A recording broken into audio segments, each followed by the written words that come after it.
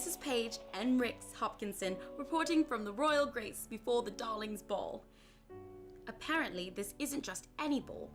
This is the Darlings' annual Aquarius Ball, a fundraiser for what the Darlings say is a charity, but Edgar is almost certain the money goes right back into their pockets. I asked if he'd ever been to this function before, but he seemed a little embarrassed. According to Edgar, he's never left Flora. Just like me, in a sense, I suppose. His father had often left for business and came home with stories. However, Mr. Cadwell had always told Edgar that he needed to stay at home and keep things running in the company. I feel sort of bad for Edgar. When we first entered Cecilia's atmosphere, Rix and I rushed out to see the view. It was only after a few seconds of gawking and awe that I noticed Edgar had a similar face. I had assumed that because he was an aristocrat, he'd traveled to countless galaxies. But the reality was, he was caged for most of his life. I wonder how much of Flora he'd even seen besides Grand Ivor Glen. As a nomad, I got to travel all over the jungle with my grandfather. Perhaps in the end, I was more fortunate than the Cadwell I now call friend? Regardless, the drawback to all of this is that all of us are going in blind. No one knows what to expect at this party. It could be very dangerous if we're found out. Though the Darlings believe Edgar to be dead, if they were to see his face, it would be a problem. We'd have to take some, gruesome measures to ensure that they don't let the other families know. The Aquarius Ball, luckily, is a masquerade this year. I had no idea what I was going to wear, really. I don't have a dress, and the masks are so expensive. But, my dear audio diary, I must tell you that right now I am standing in front of my mirror and looking at the most breathtaking sight. Me, in a full-blown ball gown. It's so different from what I'm used to. I never would have thought that I would see the day where I would be in a dress. The crew said it looked lovely when I showed them. There were some less than classy comments from Lewis. I'm glad I specifically asked he not come along with us to the shop. Oh, audio diary, Cecilia is such a beautiful moon. The city, Divine Vox, is gorgeous beside the ocean, which, well, surrounds it. This moon, as I said before, is completely covered in water.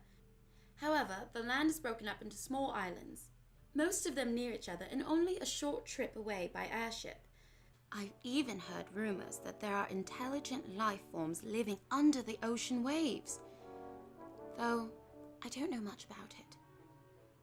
Alex and Hattie offered to buy me a dress and a mask for the ball. I can't pay them back, but Hattie said it was on her. I can't thank the two of them enough, although I don't exactly want to know how these space pirates obtained the money we paid for this outfit with. But the experience was so fulfilling. The streets are so clean, cobbled with sparkling white stone. The buildings are painted with various shades of blues, greens, and greys. Since the land is so small, all of its man-made structures are forced to go straight up. The height of some of the houses almost intimidating. Of course, angelics made me think differently about that. I don't think I've ever been afraid of heights, but when I looked at such a different setting, I felt my stomach drop. For a moment, I expected golden towers and green backdrops as though I were back on Flora, but I wasn't. Cecilia is made of silver and pearl. It's so strange, and yet so thrilling.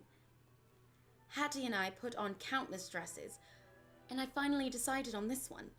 It's a long golden gown with glitter just about everywhere. It has a beige corset with golden patterns and long silk gloves that go up to my elbows. It twirls so nicely. I've never worn anything so beautiful and so hard to breathe in. My mask is made of shiny false gold, but it looks so lifeless, like an automaton's face almost. Only it's patterned with different kinds of shimmers and hues with cogs stuck on one half of the face. I'm so in love with this, I think I could faint. It's perfect for a beautiful engineer, such as myself. I can't thank the captain and Hattie enough. I asked Alex what they would be wearing for the occasion. They responded that today was a masculine day and that they would prefer to wear a suit for the occasion. I wonder what Alex in a tux and top hat would look like. I bet they'll look simply dashing. I think everyone will. Well, except for Lewis, that slimy creature that he is. I know that this is a very important mission and that I have to keep my eye on the prize, but I can't help but feel so giddy about the whole thing. To lose focus for a moment or two. I never expected this before. If only Grandfather could see me now. I really do have to wonder what he'd say. Not so much about the dress, but about the fact that I'm not only friends with a Cadwell, but also in the care of space pirates. I'm sure he'd be proud. I pray to the old gods every night for him. I know that they will take good care of him as they do all their children. I was thinking about it, audio diary, and I hope this isn't too inappropriate for the occasion, but I was thinking about asking Captain Alex to accompany me to the ball as a date. I've never really asked anyone to a dance before. Well, that's mostly because the closest I've ever come to a dance is a standoff with a grand Venus bird trap. You know, the large green plant that can eat anything the size of carnivorous toucanus. Ugh, you do not want to cross paths with one of those in the jungle. Your ray gun can't save you from that. I'm so nervous to ask. I know that even if they say no, I'll still have little Rix. Oh, that's right. I forgot to mention Rix's outfit for the evening. He's studying a 3-piece suit and a monocle on his 15th eye. Such a little stud. The black is a real clash against the green of his fur this evening, and his 9 tails are so fluffy. Oh, Rix, you really are going to be a lady killer this evening. How will I hold on to you? Well, I guess it's time to go ask. Better to ask than to never know, right? Wish me luck, audio diary. Well, audio diary, that was the most dangerous experience I've ever had the pleasure to endure. But luckily, I'm back on the Royal Grace and... Ready the cannons on maybe the starboard safe. side. We're in the middle of a full-blown war. Well, more like self-declared war via Captain Strandwood. Which, by the way, did not work out as I thought. Oh, let me start from the beginning of the evening. We all gathered at the dock where we were to meet for the ball. As I assumed, everyone looked dashing, except for Lewis. I was more than satisfied to see him standing by the docks alone. I went to stand by gloomy Edgar, who was, well, gloomy for obvious reasons. I saw Hattie standing with a girl I'd never seen before, but they both looked lovely. I assumed it was her girlfriend, but at the ball I found Hattie with various women, so I'm not sure. Anyways, we waited for a few moments and then Alex walked down from the ship with Clint on their arm. According to Hattie, they've been together for a rather long time. But they were quite the pair, I have to admit. Both of them in dashing suits. Alex wore a dark navy blue and looked like the captain of a war vessel. Clint wore a dark brown suit and just so proper. I would be heartbroken, I suppose, but honestly, not for some reason. I'm happy Captain Strandwood has someone they love. And quite honestly, I should have seen it before. Clint never leads their side. But anyways, Alex handed out communication devices and briefly showed us how they worked, and then we were off. We all had our masks on as we walked down the crowded streets of the city. The ocean's song could be heard around us as the evening fog rolled in. The smell of salt and the island flowers filled the air as we approached the Darling's mansion. Even then, I did not realize what terrible danger we were heading into. Edgar and I ended up walking in together, and I heard the lad mutter about the Darling's lack of security. Alex explained that it was probably a ruse. Letting mass strangers into your home was something so obscene for a family of the Darlings' status. They must be expecting something. I spent the first part of the night doing things that you would normally do at a ball, I suppose.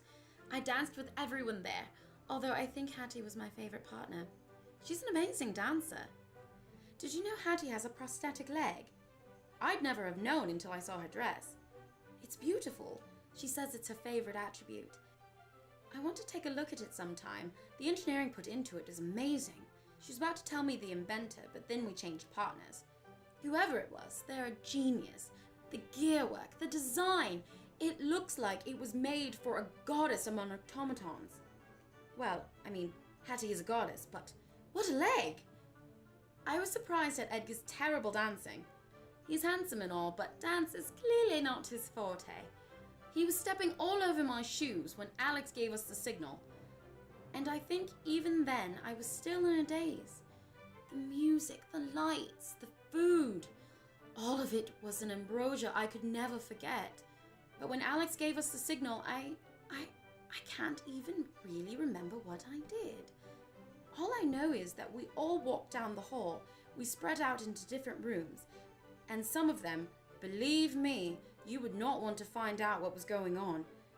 How aristocrats spend their time is rather peculiar.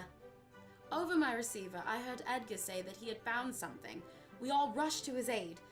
It was at the very bottom floor, a basement of sorts.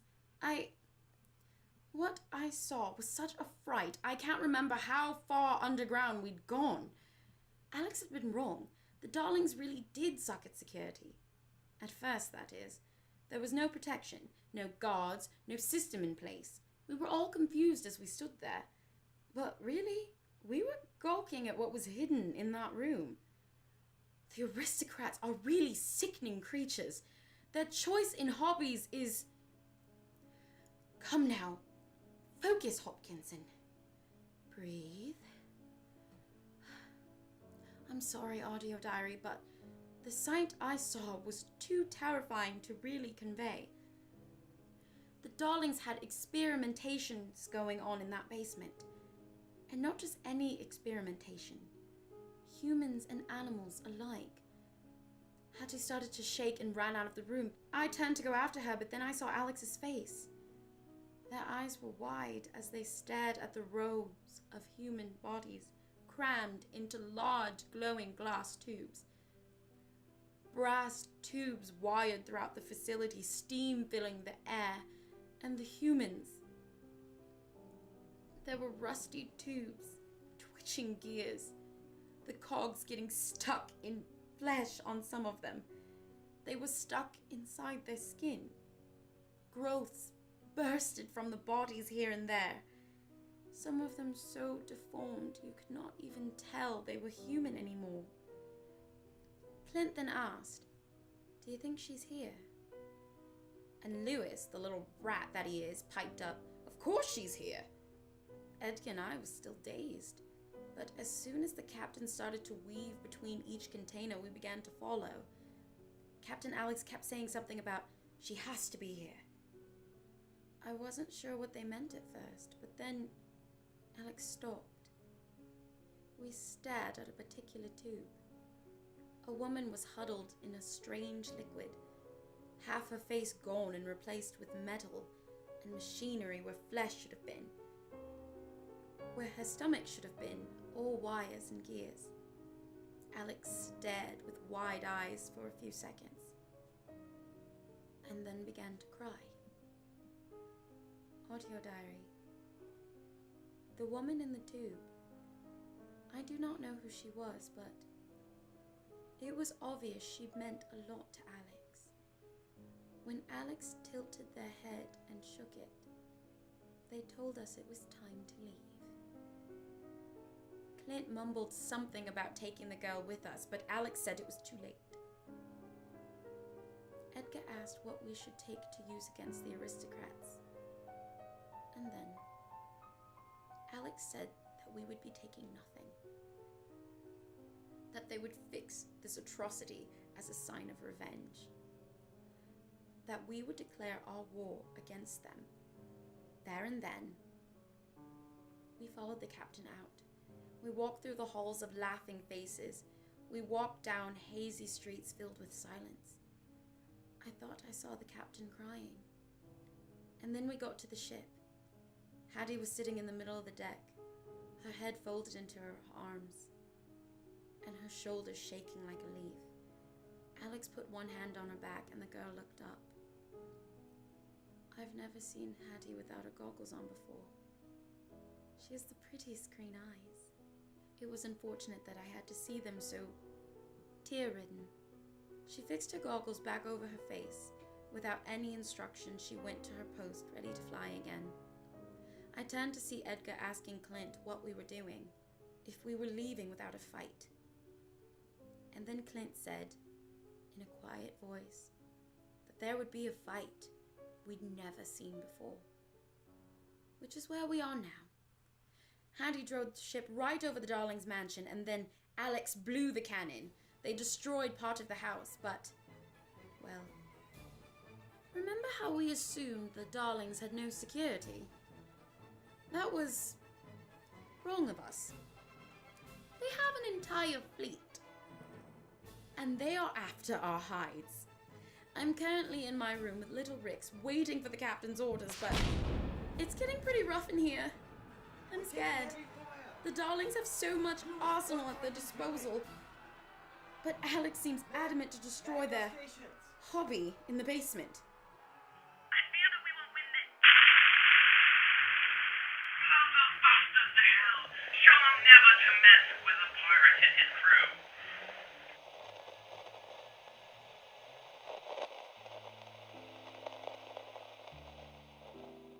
This episode of Bosh and Brave was written and produced by Ashley Glenn and brought to you by Blackmore Productions. Paige Hopkinson was voiced by Clover Grayson, and Alex Strandwood was voiced by Adam Barba. Like what we do here? Follow us on Facebook, Tumblr, SoundCloud, YouTube, and iTunes. Want to tell us how great we are? Send us a message at blackmoreproductions@gmail.com. Also, we have a website. Go to blackmoreproductions.com to get the latest updates on your favorite podcasts. Blackmore Productions. Swim against the current.